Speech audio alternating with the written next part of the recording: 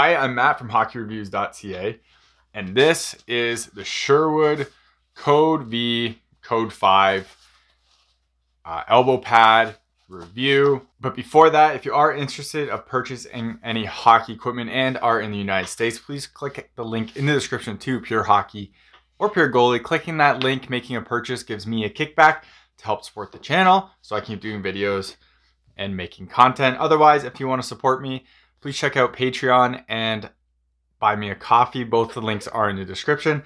Anything that goes through there will come right back into the channel so I can keep doing videos. Most of the gear I have to pay for, so it costs a lot of money to do actual reviews for, and it would help out the channel and it would be greatly appreciated. So first of all, huge thanks to Sherwood for actually sending me all the code stuff, shoulder pads, shin pads, elbow pads, gloves, to do these reviews on and to make content. I will always call out when I get something for free from a company. This is one of those cases. So huge props to them for sending me this gear as well as the stick. Originally, I was going to do an initial review of these and then do a usage review later. And I realized that most people probably don't want to see two videos on the same pair of elbow pads because elbow pads probably aren't that interesting. But this is the actual usage review. So there will be content mix in here of kind of me talking about these before I used it. There is a comparison between other elbow pads I no longer have access to or don't have with me. So I couldn't make that content now. And it was just before I actually jumped on the ice with these. But that will kind of just cover the overview of this and we'll kind of dive into the usage of it as well. Coming soon is the Code 5 or Code V shin guard review and the shoulder pads review. I suggest you check those out because they will be very different than what this is about. All right, so there's something I want to call out between these elbow pads. So I asked for a large, and so Sherwood sent me this one right here, which is a large. This one right here, which is also a large, but there's something very different about them and I want to call out. So you can see the size difference right there of these two pads. It's very noticeable when you wear them. It's also more noticeable like when you go like this too. You can see how that one is much bigger than the one on the right, which is the left one, is much bigger than the one on my left, which is the right one.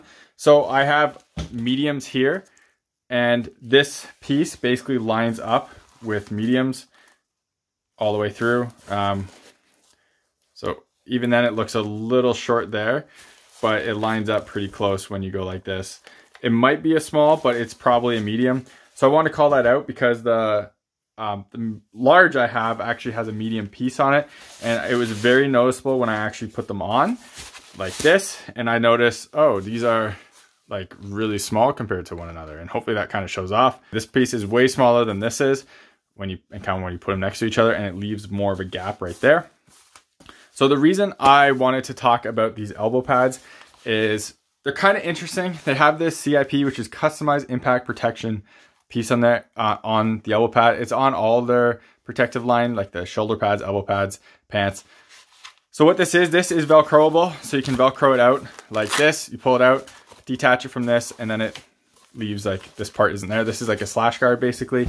Allows you to adjust the length of your elbow pad. So the problem with this, and the reason I have like why I wanted to call it out, is I notice it basically gets in the way of every single glove. See how it kind of flares outwards like that?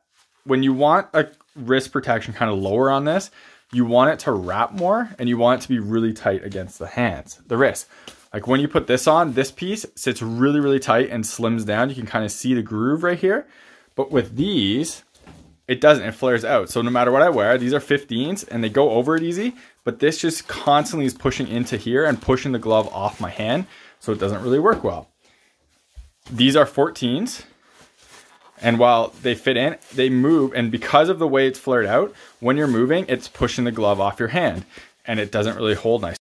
It basically creates hand fatigue, in my opinion, when you're doing this, because it's pushing the glove off and you kind of have to fight that. It's not really that natural. That was with the large. When we go to the medium, it's honestly just as bad. Like that feels fine, but the whole time it's pushing this down because of how that is designed. And we go to a normal, a big flared cuff like this. And this one, again, this one isn't as bad. And this, remember, is a medium. Normally I wear a large. It's not as bad, but it's still it's interfering. You can feel it and it gets stuck up on it. You can kind of see it getting stuck up when you move it. And it is still pushing that down. It's not as bad as a large. So, and this is a 14, and it just gets in the way a lot with the 14 and like basically pushes the glove off. That's not me trying to whip the glove off. That's just going like this. This keeps pushing it down. So that's weird in that sense. And it doesn't really work for me. Like, you'd basically have to go to a small to get this to really not interfere. Just this design is great in theory, but it doesn't work as well as it should because it flares out too much. And even if you tighten this more, it doesn't really do anything to this flaring because that's just kind of how it is. It needs to be slimmer down all the way through, and it doesn't really work like that. I guess I should show this. The way you take it off, you pull the strap through this, it Velcros off, and then that's it. And there's the piece right there. Again, this liner that is gonna rip apart on seams, and you can see the seams already ripping through it right there. I like the feel of the liner. It's supposed to be a good thing. Copper 29 means copper infused threads, or copper threads themselves. Copper is naturally antibacterial, as you can see there, so it's not a spray, it won't like wear out. But that piece is kind of disappointing, and the liner ripping is disappointing because that flares out too much. So basically I have to wear it without the actual cuff piece, and then you don't get a ton of protection. It's really minimal compared to other elbow pads. So I'm going to take this one off because this one is the medium cuff, and that's not really a fair comparison for the largest. I suggest you take a look at them side by side, make sure they're the same size. If it happened to me, it might happen to you. I could have reached out to Sherwood and said, hey, this is an issue, let's get it replaced. But one, like, they sent me enough stuff as it is, I kind of feel guilty. But two, it's like, I want people to know experiences they can have. And if I'm having this experience, something could happen like that off the shelf. So just check, because clearly there was something wrong there in whatever the process was. So I wanted to grab another 3-piece elbow pad to compare the actual size difference. And that is the cuff size difference. So you can see it's massive. Both of these are size large. This is the correct size large. This is not the medium. And you can see the difference in protection is just a massive chunk. Your arms are really exposed on the Sherwood compared to the Bowers. So I wanted to grab these because Sherwood's a 3-piece and so are these. So this is the CCM FT1, and you can see the protection is still a little bit more on the CCM. And it looks a little bit deceiving here, but from what I can say, and from what I can see personally off camera, looks like the same there, but you can see how it kind of flares on the CCM, where this one, in my opinion, doesn't wrap quite as well. Like when you look, you can see the CCM does start higher and it kind of just keeps going higher, higher, higher, where the Sherwood's not quite as much there. So you do get basically all this extra protection on the CCM. So the other interesting thing about these Sherwood elbow pads is that they have their custom impact protection design, which also comes inside the elbow pad. So there's this little piece right here. So first of all, I want to say huge thanks to Ice Warehouse for doing a Zoom call with Sherwood, because without that, I wouldn't even have noticed this was a thing. So you push this little tab in, you pull it out, and you can take off the top of the elbow piece right here. So you don't actually need to run that top elbow piece. Now, the weird thing with that is this piece attaches up there. So are you supposed to take the liner out? That's odd to me because you can't fold it over. So then you just have exposed Velcro on it, which is kind of weird. And you can't really, like, that's where the donut is supposed to sit. So you can't really adjust that down either. Yeah, so that's kind of odd. And even on the inside, you have the Velcro all the way through. So this piece is just kind of like floating there. I don't know why you would want that floating there. So according to the designer on the Sherwood Zoom call, their reasoning was people sometimes don't like this upper piece and they cut it off. I mean, sure, people do that, especially, and they said you have shoulder pads that come down here, which, I mean, fine, people do that. I guess you can tuck this piece right in there so it kind of sticks out, but it doesn't really get in the way, so it's fine. It's interesting that they allow you to do this. Personally, I can't believe that that's a selling point, is that you can take that piece off. Because, I mean, if you're really going to do that to a set of gloves, just cut this piece off. Like, just cut that off. I can't believe that's an option. Because it doesn't seem like it was totally designed to be, like, it is obviously designed to be the option, but it doesn't seem like that was totally thought of, because if you attach these like you normally would, that Velcro is sticking out and it's sticky Velcro. So that's kind of weird to me. So these Sherwood gloves come in at $79, which is considerably less than the $179 that these 2X Pros come in at. So Sherwood isn't aiming for the top thing here. They're kind of going for a budget line with pretty customizable with the slash guard and everything. They're not using crazy composites like the rocket frame here and the curve here. It's plastic with perforated foams throughout. The liner, and so all this material and stuff on the inside isn't that comfortable. This material here is not comfortable on bare skin. I wear base layers, so I don't really need that comfort because it kind of goes away for that. But the people who are going bare skin, that material on the liner is not comfortable against your skin at all. Same with this stuff. It's just not that nice. It's just like nylon elastic, but it's not nice ones. And they use this on the shin pads as well. This gets bunched up every time I put it on, and it's kind of annoying. And it just doesn't feel great on you. You can feel it, and it's not like stretchy. Whereas Bauer does this, which is a really nice, really comfortable with even like padded foam in it. That's really nice. Again, I know the Bauer is more expensive. CCM has a really comfortable lined thing too. This one is just like an elastic, and it's like, I get it. Those are more expensive, but that's like everything else they're doing high end with like this rubber tabs and everything like that, which are really, really nice. But then you cheapen out on that, and that kind of like rubs me the wrong way. Same with this liner, because you could make this just something that's not like textured like that, and it would feel better on skin. And then this as well, just have like without it being graded, and it would be so much better. That wasn't like a graded material. Like this strap, it never really sat flush. It always kind of bunches up, kind of like the shin pad one does. And it always kind of felt like it was either too tight, and I could never really get it like comfortable enough. And when I made it really tight, it always really felt like it was digging into like my arms. And I think the reason being is that you can feel the elastics kind of on the very edges of it. And it's see-through, so as you can see here, but you can feel the tip, like the pieces right here on the edge. And that part, when you actually do it tight on your arm, like you can feel that part going into your arm. Usually companies have like kind of padding under here or a soft material under here. This one doesn't have that at all.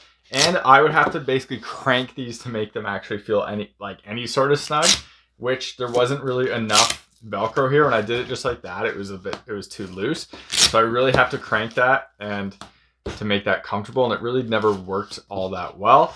And again, that strap did not feel comfortable when it was on either. So I mentioned that these are a cheaper model than like compared to the top end of other brands, but that doesn't really excuse a few things that I will cover. Like specifically, one, the size difference in the materials. Like obviously that could just be a tiny manufacturer defect, whatever. The other part is you can see this, like how this piece is flopping up. Now you want to have the actual, like this part not to do that, because when you pull it out of this loop, it will obviously get caught, and eventually that can just pull.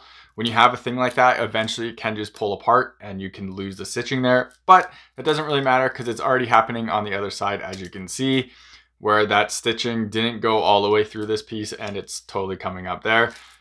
That's a really disappointing thing. I haven't used these all that much, and there's no way they should have that much wear. Now, I would never actually even undo this. I would just leave it done up all the time because I don't do this part tight, but it's a disappointing thing regardless, and something I'm obviously going to call out for quality. This design in theory is a great idea. It gives you more slash protection that will fit into the gloves and like extends what this piece is. The problem is this piece is smaller than every other company's in terms of length.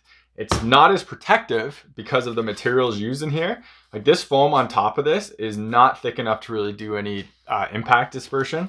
The foam on the bottom also isn't like super thick. And so you can feel most, like, so you have that, and then you have the plastic in the middle, but you can feel most of that going in there because it's not amazing, to be honest. It doesn't have anything really to disperse it that much. It's just okay. Because it's not like longer like this, like how the FT1s were or how the Vapor ones are. This kind of has to make up for it, but it flares out too much to ever be useful because it just gets in the way of gloves. Sherwood has really taken a bold strategy with the whole code line with their advertising. They showed off their designer, how they got the person who used to design shoes for a bunch of big companies, did this interesting material, designed their stick and everything, and they're pushing hard for new players to be using their stuff in the NHL. The disappointing part about all of that is I feel like this stuff doesn't like measure up to what the push is trying to be. Like all of these interesting kind of trying to push things like this and add features without really, I feel like no one really sat there and went through it, and it's pretty disappointing to me.